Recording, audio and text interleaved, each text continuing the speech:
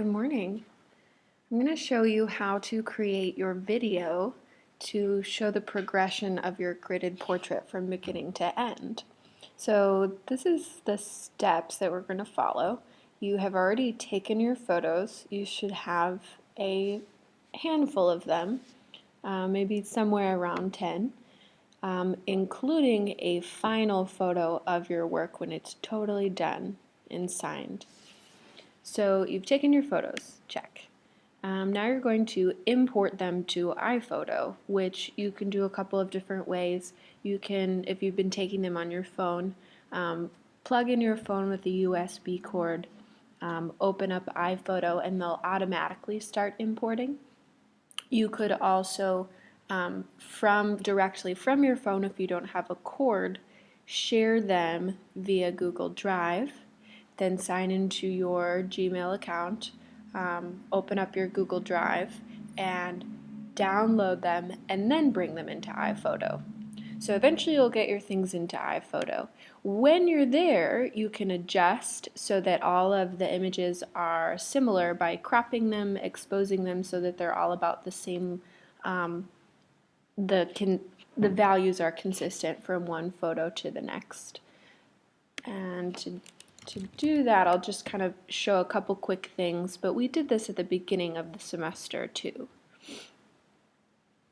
So let's say, for instance, here's a student who did this portrait a few years ago. I can open up her image and then go down to where it says edit right here. In quick fixes, I want to crop this. I want to crop it so that it's all going to be about the same, and I really don't need any background information. I just want the photo itself. So I hit enter after I've dragged to the corners. Then when I go over into adjust, I can darken, and I can hit this contrast button to make the darks darker and the lights lighter. If you want to do even more stuff, there's several sliders in here that can change some things, but your goal is to make your photo of your picture look as close to the actual drawing as you can, and to make all of those things consistent on each of your 10 photos. So there we go. That's what you would do to adjust.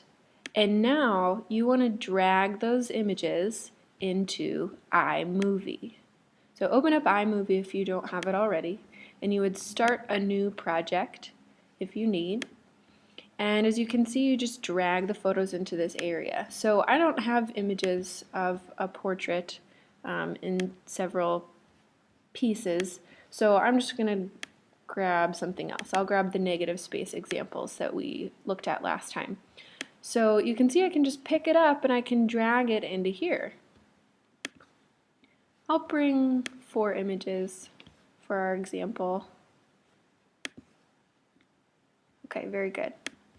Now I've got them in there, and I want to do a couple more things. I want to adjust the duration, how long each of these images shows itself in the video. I want to adjust the cropping so that it fits, and then I want to set transitions. So how do I adjust the duration?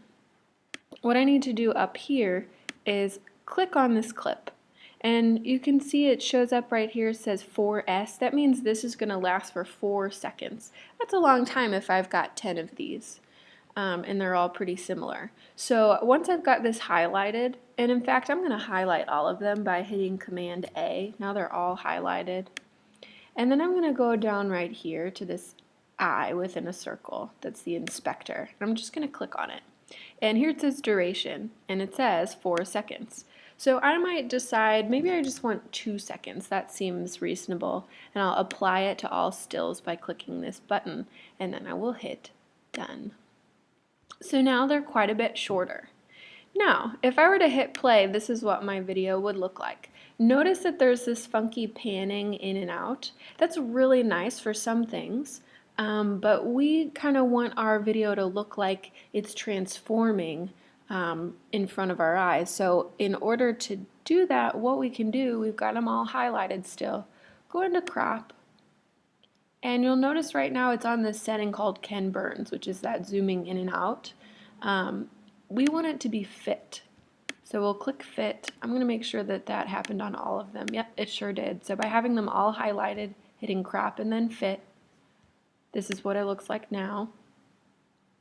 So we'll transition straight into the next one without changing the sizing of anything.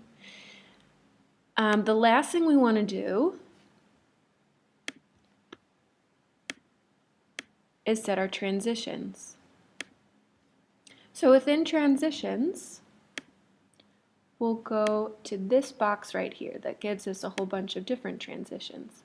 And I'm thinking the best one for what you're trying to create is going to be cross dissolve right here.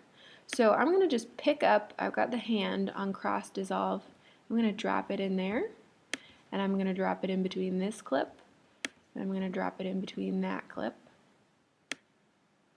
Okay, so let's see what it looks like now if we drag the playhead back and hit our play button. So it's going to crossfade into the next, and that looks nicer.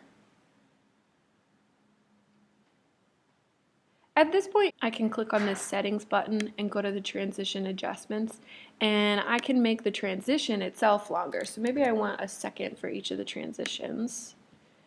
Let's see what that looks like. So the fade is a little more gentle. That seems to look nice. So you've got some things that you can play with, and you can make your own judgment on these things. Maybe, for instance, the last photo of your final image, you make that duration longer. You can do it as we did before, clicking on the inspector and changing how long you want the video to stay on that image. This is what my video looks like.